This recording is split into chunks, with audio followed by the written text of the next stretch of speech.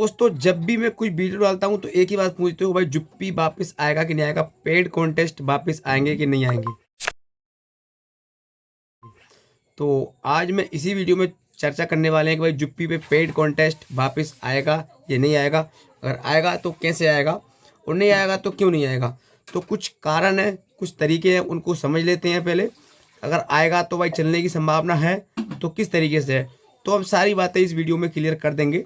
आप बहुत दिन से मेरे को मैसेज कर रहे हो कि भाई कितने भाई जुप्पी के बारे में वीडियो बनाओ, कब वापस आएंगे, पेड कॉन्टेस्ट आएगा कि नहीं आएगा।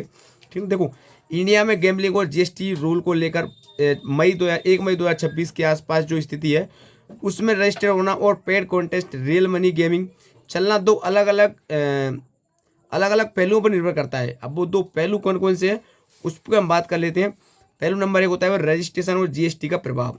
ठीक है ना, तो ये उस पर आधारित नहीं है भाई, जो हम देखते हैं भाई किस तरीके से अगर पेड कॉन्टेस्ट चलेंगे तो किस स्टेट चलेंगे। ठीक है ना, तो रजिस्ट्रेशन और जीएसटी का प्रभाव, अगर कोई भी प्लेटफॉर्म जैसे कि जुप्पी पहले से ही अगर रजिस्ट्रेशन और जीएसटी पे कर रहा है तो इसका मतलब है कि वो एक लीगल एंटिटी के रूप में ऑपरेट कर रहा है। ठीक है ना, अब बहुत सारे अब अभी रूल बनाया है कि भाई रजिस्ट्रेशन पहले से है कि नहीं, तो जुप्पी तो पहले से रजिस्ट्रेशन है प्लस जीएसटी भी पहले से दे रहा था, तो ये उसका हो गया है। ठीक है ना, अब जीएसटी रूल समझ लेते हैं। ऑनलाइन गेम पर 28% जीएसटी फेस वैल्यू पर लगने का नियम पहले से ही लागू है। अगर प्लेटफॉर्म टैक्स दे रहा है तो वो फाइनेंशियल कॉम्प्लियंस में है। ठीक है ना, वैलिडिटी देख लेते हैं, इसकी चेक लेते हैं भाई। सिर्फ रजिस्ट्रेशन या फिर जीएसटी देने कोई गेम लीगल नहीं हो जाता है, बल्कि उसकी गेम ऑफ स्किल और गेम ऑफ चांस की क्लासिफिकेशन सबसे ज़्यादा महत्वपूर्ण होती है। तो यहाँ पे बहुत सारी चीज़ें जैसे कि ये हो चुकी है, उसको मतलब क्लासिफिकेशन मिलेगा कि हाँ ये गेम ऑफ स्किल है, तभी वहाँ पर वो आप उसको मतलब क्लासिफिकेशन भी करेंगे और रजिस्ट्रेशन भी करेंगे। ठीक है ना, अब दूसरा पहलू ये है कि भाई paid games real money games चलेगा या नहीं, इसकी बात कर लेते हैं भाई। पेड गेम्स जुप्पी के अंदर है और जैसे कि ड्रीम 11 है उसके मतलब आएगा कि नहीं आएगा। ठीक है ना, देखो नए रूल और कोर्ट के फैसलों के मुताबिक पेड गेम्स वही चल सकते हैं जो स्किल बेस्ड कैटेगरी में आते हैं। ठीक है ना, अब इसको कैसे आते हैं, किस तरीके से समझेंगे भाई कि स्किल बेस्ड कैटेगरी में किस तरीके से आते हैं। देखो सेल्फ रेगुलेटरी बायोजिस जो बनाइए ना SRB, तो सरकार के नए आईटी रूल के तहत SRB ने बनाने का प्रावधान रहता है। जो भी गेम्स इन बायोडिस के परमिसिबल होगा, मंजूर होगा, चेंज वही पेड गेम्स पर चल सकेंगे। ठीक है ना, जो SRB के तहत जो भी आते होंगे उसके अंदर वही गेम अभी चल सकते हैं। स्टेट वाइज बैन, अब देखो भले ही कोई भी गेम्स सेंट्रल लेवल पर रजिस्टर्ड हो या कोई भी गेम जीएसटी दे रहा हो, अगर वह विदेशी राज्य स्टेट से रियल गेमिंग पर बैन लगाया है, अगर वह किसी भी विशेष राज्य स्टेट के रियल मनी गेमिंग पर बैन लगाया है तो वो पेड गेम्स नहीं चल सकता। जैसे कि कुछ राज्यों में बैन होते हैं, जैसे कि तेलंगाना, सिक्किम, उधर जैसे भी हम गेम खेलते हैं ना, जुप्पी जैसे खोलते हैं तो उसमें आता है कि यहाँ पे गेम ये बैन है।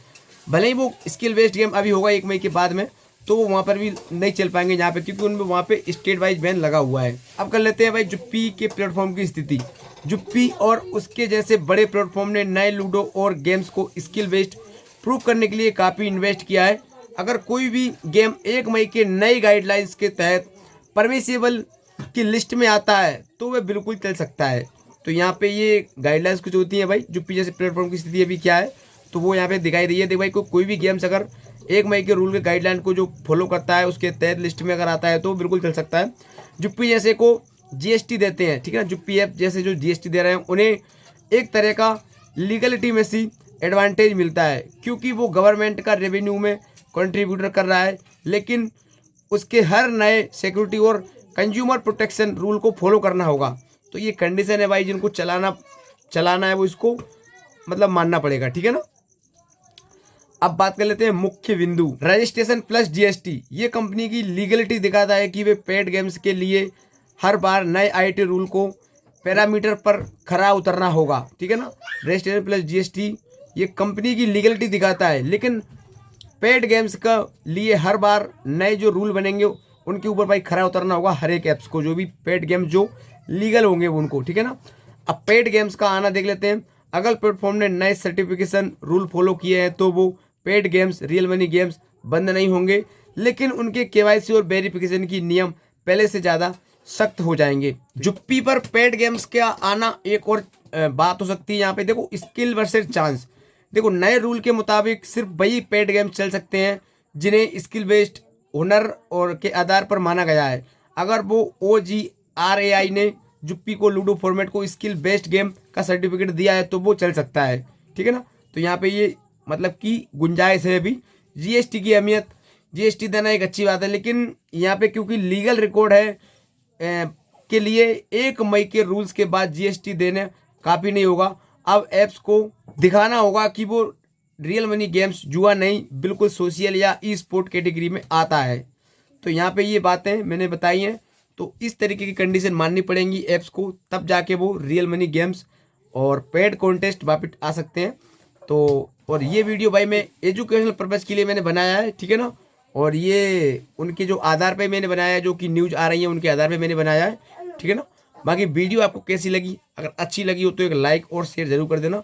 तो पेड कॉन्टेस्ट आना चाहिए या आना चाहिए, आप भी बताना भाई। जुप्पी पर आने का तो ये तरीका है, ये अगर रूल फॉलो कर रहा है अपना ऐप्स तो आ सकता है। बाकी का अगर इनको फॉलो नहीं करता है तो ऐप्स आना मुश्किल है, ठीक है ना। आपको क्या लगता है कमेंट करके जरूर बता देना भाई, आना चाहिए आना चाहिए।